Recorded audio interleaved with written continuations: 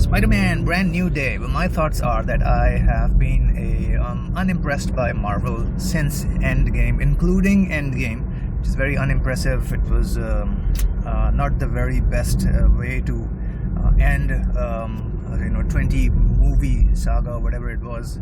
I have really lost interest in Marvel ever since they decided to complete the Infinity Saga the way that they did, by just reversing, going back in time, sort of fixing everything just because one fine morning Tony Stark can invent a time machine. That kind of nonsense didn't really sit well with me, and I have continued to be not impressed by anything Marvel since then. So each and every single Spider-Man movie had to do a lot to get me back into the whole Marvel Cinematic Universe related movies. I was not very happy with the last three Spider-Man movies. Homecoming was fine for its time when it was first out. It was good for what it was when it came out. But now, far from a Game and No Way Out or whatever, those were really not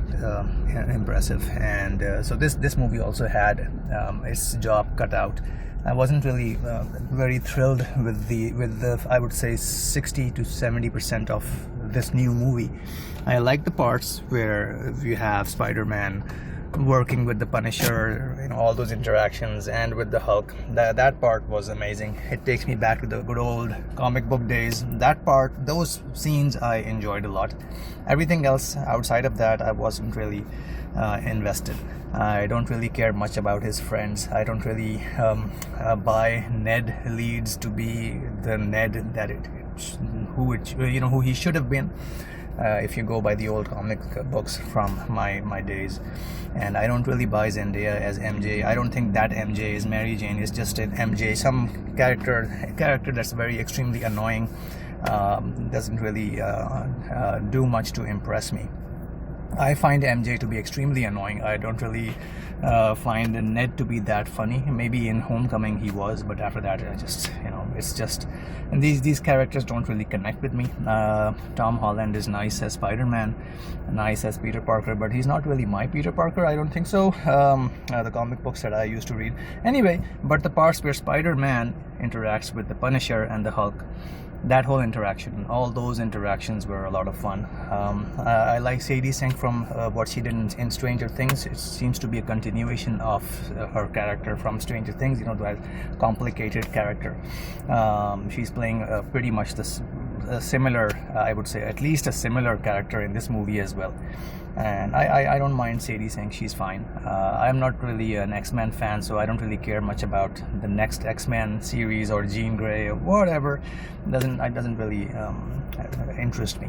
So that 30-40% of the movie where Spidey interacts with Punisher and Hulk is 100% amazing, spectacular, and web off. Everything outside of those parts, I didn't really care for them. I still continue to not care about MJ, Ned, and Pete. I don't really care much about everything else happening in that entire universe with Damage Control or whatever. Yeah, sure, whatever. It doesn't really excite me. It doesn't interest me. But that 30-40% with Punisher, Spidey, Hulk interaction, 100% amazing. But everything else is like, I don't care. I don't care if the rest of the movie didn't even happen. I wouldn't have minded. I would never have minded it anyway. So for that 30-40%, 10 out of 10. The remaining 50, 60, 70% of the movie, I don't care. As far as I'm concerned, it's a 0, whatever. I don't really care. So for me, it's a 4 out of 10 movie. But those 4 out of 10 are well-earned that's a well-earned 40%, which is 100% fun time. That's my thoughts of the Spider-Man Brand New Home.